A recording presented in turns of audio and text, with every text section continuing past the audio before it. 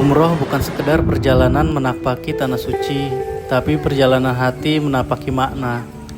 Dari Gua Hiro hingga Ka'bah, setiap langkah adalah panggilan untuk kembali mengenal diri dan Pencipta.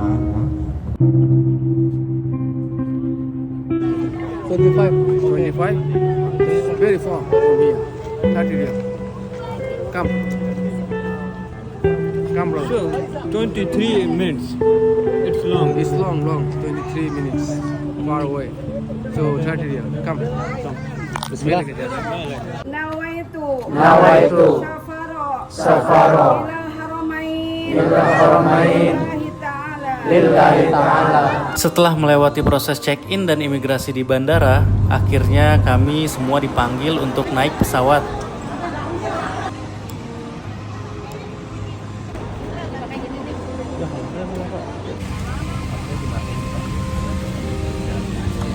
Lampu kota perlahan mengecil dan menghilang di bawah awan. Perjalanan spiritual yang selama ini hanya saya impikan, kini benar-benar akan dimulai.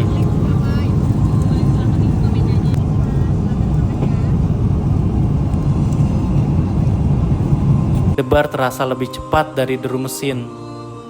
Tak ada yang benar-benar siap ketika impian panjang tiba-tiba menjadi nyata. Saya sedang dalam perjalanan menuju Tanah Suci, tempat di mana setiap langkah adalah doa dan setiap hembus napas adalah pengharapan. Suara pilot mengabarkan bahwa sebentar lagi kami akan mendarat di Bandara King Abdul Aziz, Jeddah.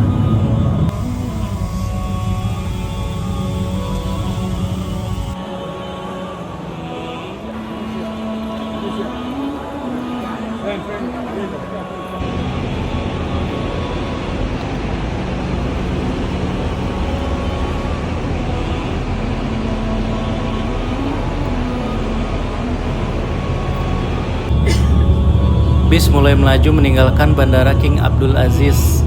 Di luar jendela, jalanan lebar membelah padang pasir yang seakan tak berujung. Kita berhenti sejenak salat zuhur. Mutawif kami menjelaskan, sebentar lagi bis akan berhenti di rest area untuk beristirahat dan menunaikan sholat zuhur.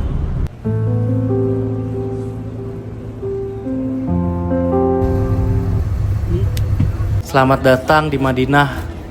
Suara pembimbing kami memecah hening.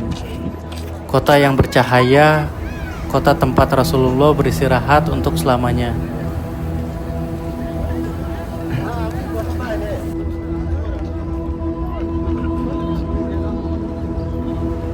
Pagi di Madinah selalu datang dengan kedamaian yang tak bisa dijelaskan. Tujuan pertama kami adalah Masjid Quba. Masjid pertama yang dibangun oleh Rasulullah setelah hijrah dari Mekah ke Madinah. Dari kejauhan, kubah putih tampak berkilau memantulkan sinar matahari pagi.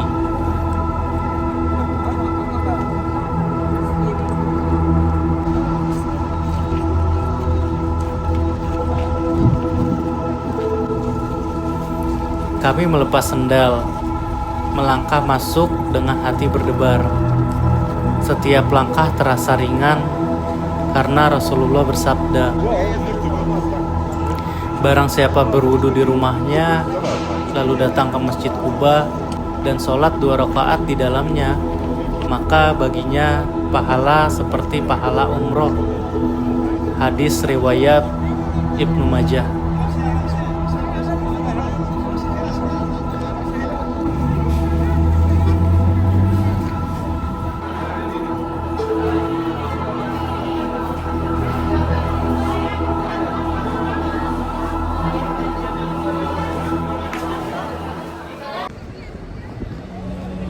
Kami tiba di kawasan Gunung Uhud, salah satu tempat paling bersejarah dalam perjuangan Islam. Disinilah pasukan pemanah diperintahkan Rasulullah untuk tetap bertahan. Taif pernah menjadi saksi luka terdalam dalam dakwah Rasulullah. Beliau datang dengan harapan, namun disambut dengan hinaan dan lemparan batu. Malaikat Jibril bersama malaikat penjaga gunung menawarkan untuk menimpakan 2 gunung kepada penduduk Taif. Namun Rasulullah berkata lembut, "Jangan, aku berharap bahwa dari keturunan mereka akan lahir orang-orang yang menyembah Allah semata dan tidak menyekutukannya." Hadis riwayat Bukhari dan Muslim.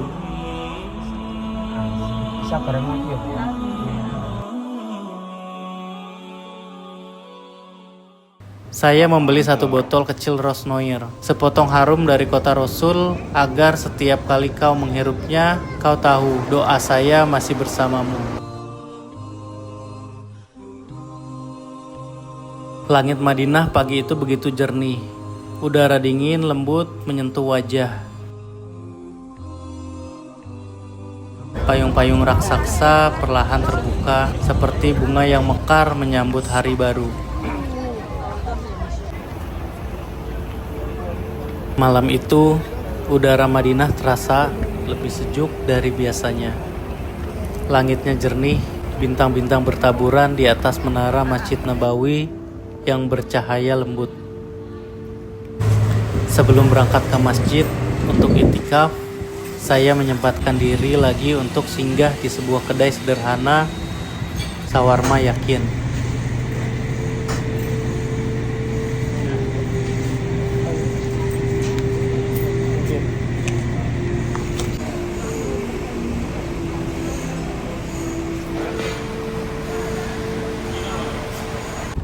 Perjalanan menuju Mekah dimulai dengan singgah di Bir Ali atau Dzulkholeifah untuk mengambil mikot. Detail perjalanan ibadah umroh mulai dari niat di Bir Ali, tawaf, sa'i, hingga tahallul telah direkam dan dijelaskan lengkap dalam video sebelumnya.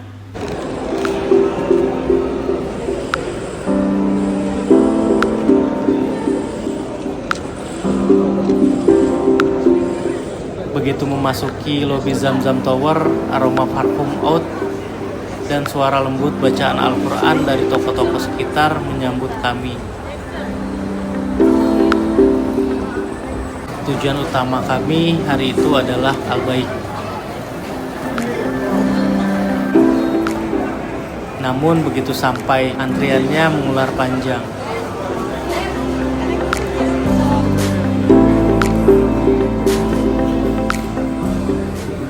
Akhirnya kami memutuskan mencari alternatif lain. Kadang rezeki tak selalu berupa yang kita rencanakan, tapi selalu datang dalam bentuk yang terbaik menurutnya.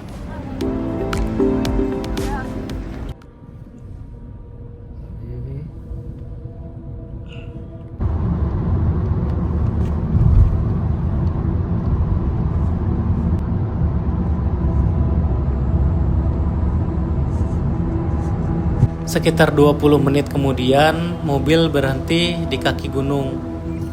Sopir menoleh, "Hiar, Jabal Nur." Saya membayar, mengucapkan terima kasih, lalu menatap ke atas. Di sekitar kaki gunung, beberapa warung kecil masih buka.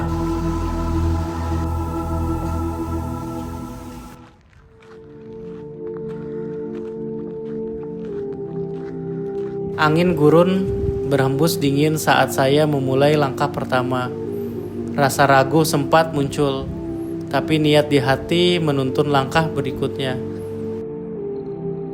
Pendakian memakan waktu 44 menit. Setiap menitnya terasa istimewa. Nafas tersengal, kaki terasa berat, tapi hati terus menguat. Setiap kali berhenti untuk menarik napas, saya menatap ke bawah. Lampu-lampu Mekah berkilau seolah memberi semangat dari kejauhan.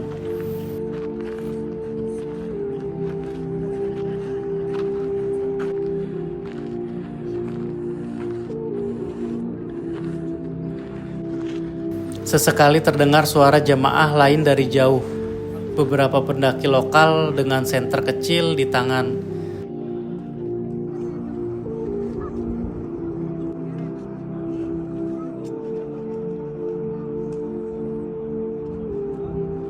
Alhamdulillah, saya telah sampai di Gua Hiro.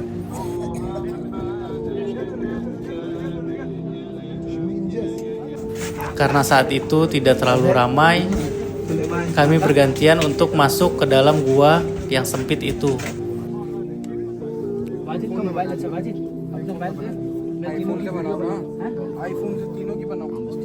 Di dalam keheningan itu, saya melaksanakan sholat sunnah 2 rakaat. Dari celah batu gua, terlihat samar menara Zamzam Tower dari kejauhan, berdiri megah di antara lautan cahaya kota Mekah.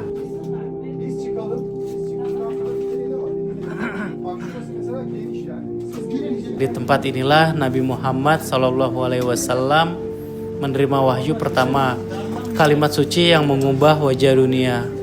Iqra, bacalah.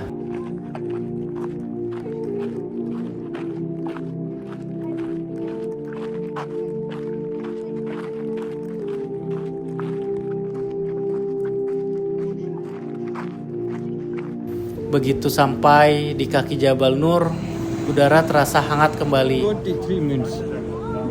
Kali ini taksi yang menjemput berbeda dengan yang mengantarkan saya tadi.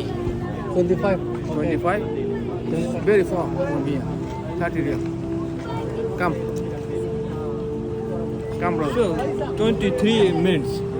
It's long. It's long. 23 minutes. Far away. So 30 riyal. Come. Perjalanan kembali ke hotel terasa singkat, namun hati penuh dengan rasa syukur yang dalam. Saya datang tidak sendiri, tapi bersama bapak dan ibu mertua, 2 sosok yang selama ini menjadi bagian penting dalam perjalanan rumah tangga kami. Namun di sisi lain ada sedikit ruang kosong di hati, sebab istriku tak dapat ikut karena masih menyusui anak keempat kami di rumah. Ya Allah, izinkan istri dan anak-anakku suatu hari nanti menampakkan kaki di tanah suci ini. Jadikan kami keluarga yang Engkau panggil kembali ke rumahmu, bersama-sama dalam keadaan yang Engkau ridhoi.